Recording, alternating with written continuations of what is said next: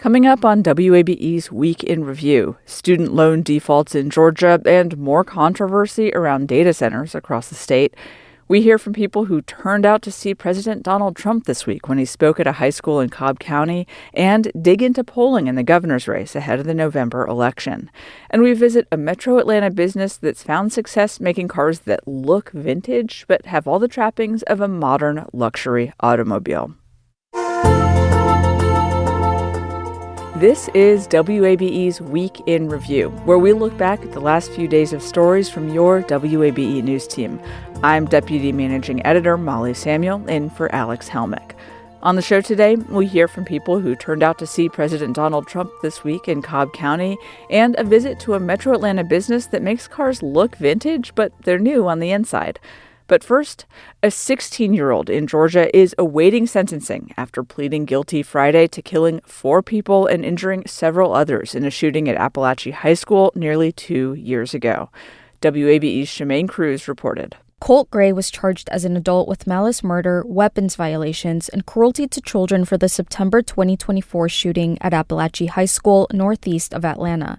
He faces a minimum sentence of life in prison, but it's up to the judge to decide whether he should be eligible for parole. Family members of the victim say that while adults around him missed multiple warning signs, the teen is the one who decided to bring the gun to school and to pull the trigger. The teen's father, Colin Gray, was convicted of second-degree murder in March for giving his son the gun used in the shooting as a Christmas present. The father and son are expected to be sentenced separately next week. Shemaine Cruz, WABE News. Georgia has one of the highest rates of student loan default in the country, according to data compiled by the Associated Press. WABE's Christopher Alston reported. Since pandemic-era student loan relief ended in 2024, the number of borrowers in default nationwide has nearly doubled to 9.5 million people. The AP found 8 southern states are in the top 15 for highest rates of default, including Georgia, where nearly 23%, or about 400,000 people with federal student loans, are more than 9 months behind on payments. And more issues could be coming. The Trump administration has eliminated an income-based repayment plan called Saving on a Valuable Education as the White House overhauls the student loan repayment system. Millions of borrowers on that plan are likely to see higher payments each month. Christopher Alston, WABE News. Clayton County officials are having more conversations with residents about data centers, while a proposal for a multi-building facility in Lovejoy remains up in the air. WABE's Dormaya Vance had more from a town hall earlier this week. Residents like Orlando Gooden are concerned about the data center being so close to residential neighborhoods and schools. Find an area, that's going to have the least impact. It's kind of like a jail. You need it, but nobody wants it in their backyard. Now, the Lovejoy proposal plans show the 15-building campus will be close to 2 schools in the area, spanning just over 400 acres along Panhandle Road. Clayton County currently has a moratorium on any new data center applications and construction, but that doesn't include the proposed Lovejoy campus.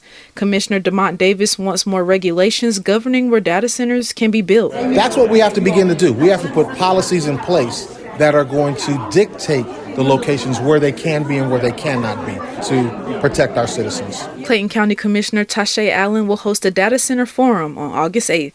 Dormaya Vance, WABE News. Meanwhile, tech giant OpenAI tried to forestall concerns as it prepares to build a gigantic new data center near Savannah. The $20 billion project was announced earlier this week, along with promises not to pass energy costs on to other customers and to use a system that would decrease the facility's need for water. OpenAI also said it would create jobs, invest $80 million in a community development fund, and provide hundreds of millions in tax revenue, even as it's getting tax breaks. Governor Brian Kemp went to Washington, D.C. and joined President Donald Trump for an event around a symbolic pledge asking data center and AI companies to pick up the energy costs of data centers. Earlier in the week, supporters of the president expressed mixed feelings about the upcoming midterm elections during his appearance at Wheeler High School in Marietta. WABE's Raul Bally was there. Tom Schaefer from Marietta is conflicted about the Republican nominees at the top of the ballot. I feel good about the governor race. I feel good about Rick Jackson being able to win that. Not so much about Congressman Mike Collins, who's running against Democratic Senator Jon Ossoff. It's pretty hard to unseat a sitting senator that hasn't had any kind of scandal or any kind of problems. Gayla Moore of Canton questions why Lieutenant Governor Burt Jones, Trump's original pick, has not publicly backed Jackson after losing the Republican primary. I would probably ask him, because of him being a Republican, do they not have the same values? Do they not have the same vision? Is it personal, or is it personality? Why wouldn't you go with your party? Kitty from Smyrna, who didn't share her last name, says Republicans ultimately need to stay together. I stand by Jackson. I really love Mike Collins. Key is we've got to get the vote out. The president's visit was also attended by a few dozen protesters and has gained criticism from Democrats for turning a school visit into a partisan rally. Raul Bally, WABE News, Cobb County. Staying on elections, a poll released this week shows Democrats hold an early advantage in the governor's race. On WABE's Political Breakfast podcast with Lisa Ram, Republican strategist Brian Robinson and Democratic strategist Theron Johnson look into where things stand. Theron's up first. So a lot of the undecideds right now are saying, hey, in the governor's race, my candidate did not make it. And I think also the undecideds are saying, hey, I want to wait and actually see what the policy proposals are going to be from these candidates. And so that is a very, very encouraging sign for Keisha Lance Bottoms and Jon Ossoff, but particularly for Keisha Lance Bottoms for a little bit of a different reason. As she travels around the state of Georgia, she's going to about a dozen plus of counties that are in rural Georgia. These are counties where she not only did well during the primary, we know she won every single county except one in the primary season, but these are counties that they believe, based on their insider information, that they are going to be able to be competitive in these counties. Now, it's not a either or. She's also visiting a lot of cities in the metro area as well. So she's on the road. She's out there campaigning very hard, but she also needs to raise the money. And so now when she gets into these rooms and she can say to these potential donors, this is the first time in Georgia in 20 years where a Democrat has consistently led in early polling. That helps with fundraising. That helps her attract talent to actually come to the state to work for her.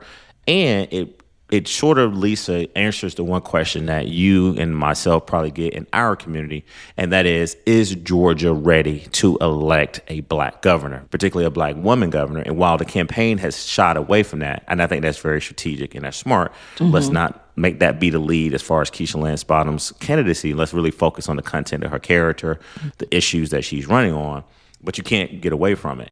And one thing we've discussed here is the demographic change that we've seen in Georgia. You know, since Brian Kemp was elected by only 55,000 votes or thereabouts in 2018, the state has seen a tremendous growth of minority residents and a net loss of white residents. So you have groups that traditionally have been Democrat coming in massive numbers, 500,000, and then the group white voters who traditionally been Republicans here who tend to be leaving the state in some small numbers.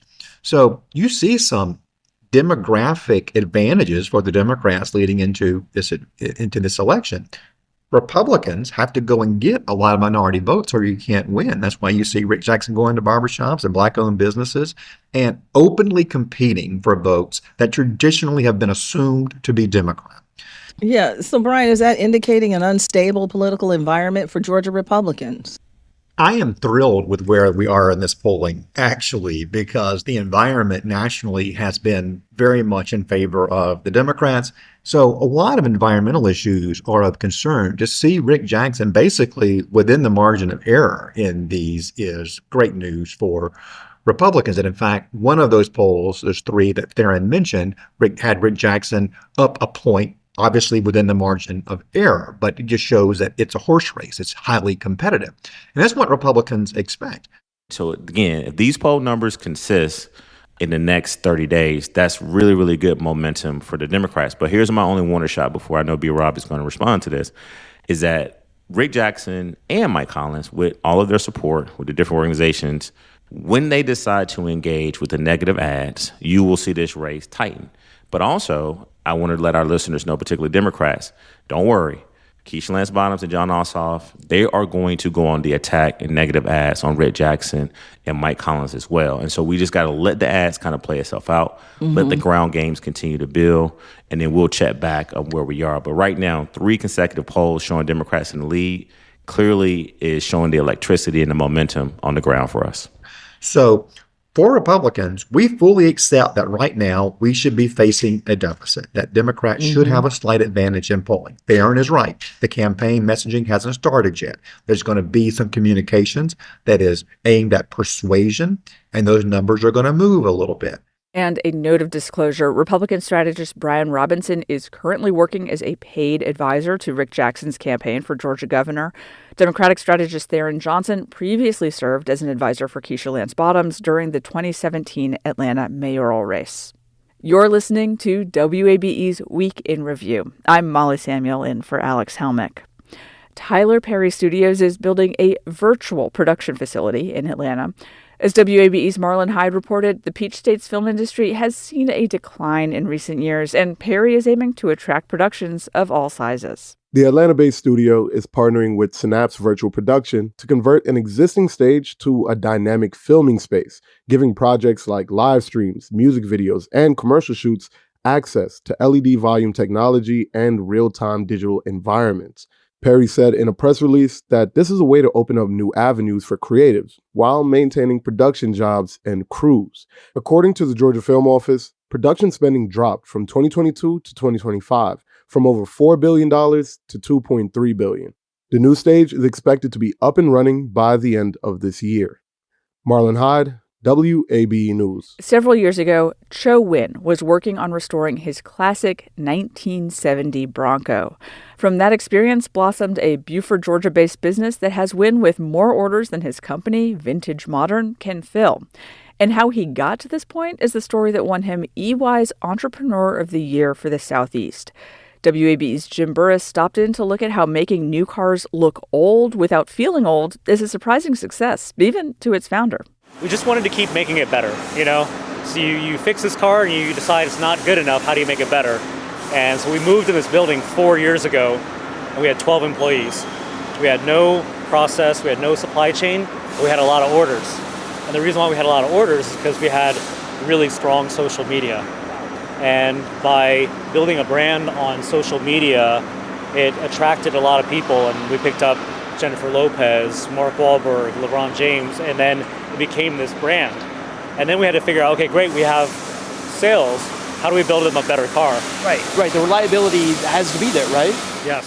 So every vehicle here is sold before it even gets started? Is that how it works? Yeah. I would say that 95+% of all of our cars are custom built to order by customers who picked the exterior, the interior, the trim, all the details. And customizing it to your liking is a big, big deal because a lot of the car manufacturers, they give you options. They don't give you this many options. So why don't you hop in? I'd love to. Oh, wow. This is plush. Is it okay to sit in it? Yeah, sure. Okay. What is the price point? It starts at $250,000. So, and then it can go as far as your heart desires. How long does it take from order to delivery? Yeah, it depends on the time of year and our capacity.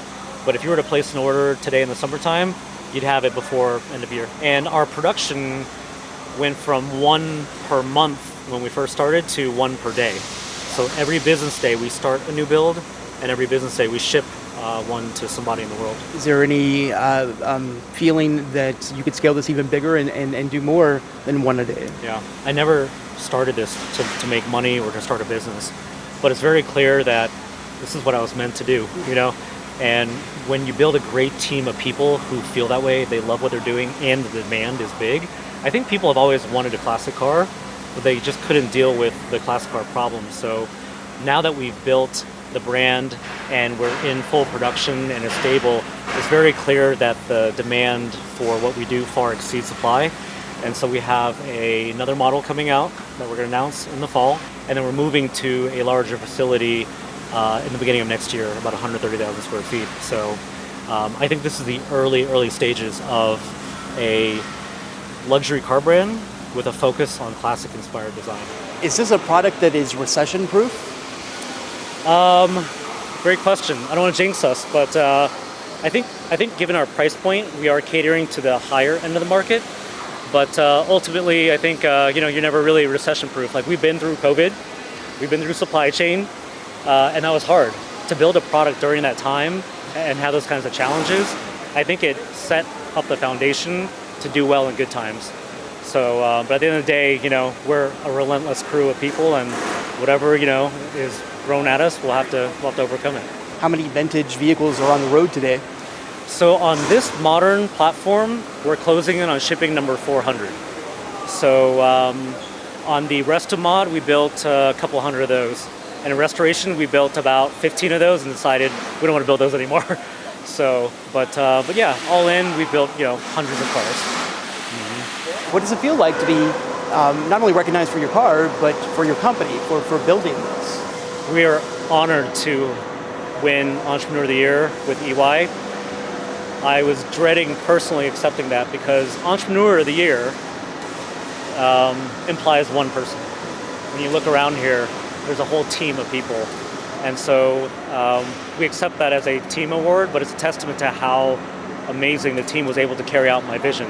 I always wanted it to be this great thing, and the team came in and they executed. And I think at the end of the day, founders get a lot of credit for that. But I always tell my team, the founder starts the business, the team finishes it. That's all for the show this week. Thank you to the WABE News team for all the great work, and thanks to all of you for supporting WABE. I'm Molly Samuel. Thanks for listening to The Week in Review.